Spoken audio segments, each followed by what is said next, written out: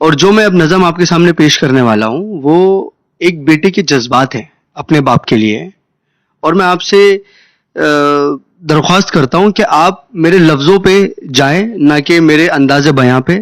मेरे जज्बातों को समझने की कोशिश करें।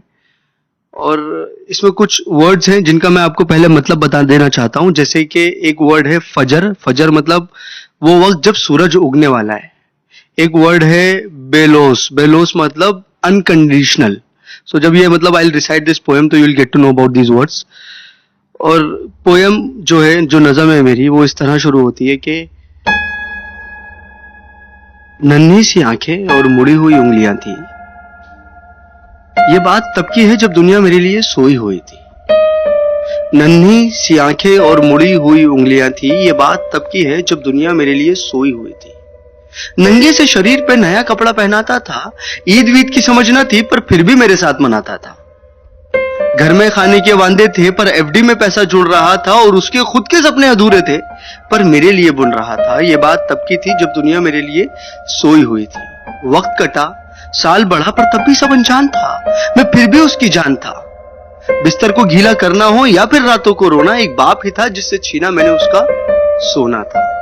सुबह फजर तक गोदों में खिलाता, झूलों में हिलाता, फिर दिन में कमाता, शाम में चला आता, कभी खुद से परेशान, कभी दुनिया का सताया था। एक बाप ही था जिसने मुझे रोते हुए हंसाया था। अल्फाजों से तो गूंगा था मैं, पर वो मेरे इशारे समझ रहा था।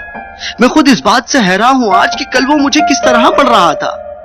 अब्बा तो छोड़ो यार, अभी आ भी निकला ना था, पर वो मेरी हर फरमाइशों को पूरा कर रहा था, और मैं भी उसके लाड प्यार में अब ढलने लगा था। घर से वो निकल ना जाए अब उसके कदमों पे नजरें रखने लगा था, और मुद्दे तो हजार थे बाजार में उसके पास, पर कब ढल जाएगा सूरज उसको इसका इंतजार था। और मैं भी दरवाजे की चौखट को ताकता रहता था, जब होती थी दस्तक तो वॉकर से झांकता रहता था। देख के उसकी शक्ल में दूर से चिल्लाता था, जो भी इशारे मुझे आते थे उससे उसे अपने करीब बुलाता था। वो भी छोड़ छाड़ के सब कुछ मुझे सीने से लगाता था, कभी हवा में उछालता था, कभी करतब दिखाता था मेरी एक मुस्कान के लिए, कभी हाथी कभी घोड़ा बन जाता था, और सो सकूं रात भर सुकून के साथ। इसीलिए पूरी रात एक करवट में गुजारता था, इसीलिए पूरी रात एक करवट में गुजारता था।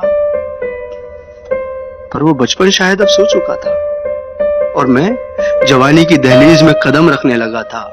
उसकी कुर्बानी को उसका फर्ज समझने लगा था, चाहे वो फिर खुद बिना पंखे के सोना हो, या मुझे हवा में सुलाना, या फिर ईद का वो खुद पुराना कपड़ा पहनना हो और मुझे नया पहनाना, या तपते हुए बुखार में वो ठंडे माथे पे रखी हुई पट्टियां हो, या मेरी हर जिद के आगे झुक जाना। वो बचपन था, वो गुजर गया, वो रिश्ता था, वो सिकुड़ गया, और मैं उस कुर्बानी के बोझ को उठा नहीं पाया। इसीलिए वो शहर में कहीं दूर छोड़ आया। नया शहर था, नए शहर की हवा मुझ पे चढ़ने लगी थी। अपने बाप की हर नसीहत मुझे एक बचपना लगने लगी थी। काम जो मिल गया था, पैसा जो आने लगा था, क्या जरूरत है बाप को, ये सोच मुझ में पलने लगी थी। और उधर मेरा बाप बेचैन था मेरी याद में कि कुछ रोज तो घर आजा बेटा, बस यही था उसकी फरियाद में। और मैं उससे हिसाब लेने लगा था जो दुनिया का कर्जदार बन चुका था। क्या जरूरत है तुम्हें अब्बू इतने पैसे की, अब ये सवाल करने लगा था। अब घड़ी का कांटा फिर पलट चुका था। कल तक मैं किसी का बेटा था, आज किसी का बाप बन चुका था, और हसरतों का स्वेटर मैं भी बुनने लगा था। कल क्या करेगा मेरा बेटा, मैं भी यही सोचने लगा था। अब दुनिया में ना उससे कोई आगे था, ना कोई अपना था, सब पराया था, बस वही एक सपना था। तब मुझ में एक जज्बात उमड़ने लगा था, जिस जज्बात से मैं हमेशा अनजान था कि कल क्या गुजरी होगी मेरे बाप पे। अब मुझे ये समझ आने लगा था,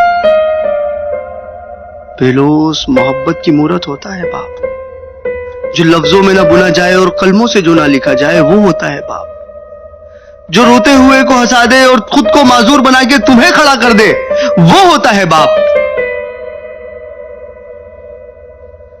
और ये एक मैसेज पूरी आवाम के लिए कि एक रोज तुम्हें एहसास जरूर होगा कि मसरूफ तुम थे, उम्र दराज वो होगा। एक रोज तुम्हें एहसास जरूर होगा कि मसरूफ तुम थे, उम्र दराज वो होगा। जिसकी उंगली का सहारा पकड़ के चला करते थे, आज वही छड़ी का तलबगार होगा। और जिसके सदके में जी रहे हो आज, कल वो ना रहे तो क्या होगा। पर अभी वक्त बचा है कुछ खास तुम्हारे पास, तब तक जब तक बाप का साया तुम्हारे साथ होगा और जन्नत के तलबगार हो तो सीने से लगा लेना, क्योंकि वही कल जन्नत का सरदार होगा। सब गिले शिकवे मिटा के चिपक जाना उसको, क्योंकि आज तो बाप है पर वो कल तुम्हारे साथ ना होगा, वो कल तुम्हारे साथ ना होगा।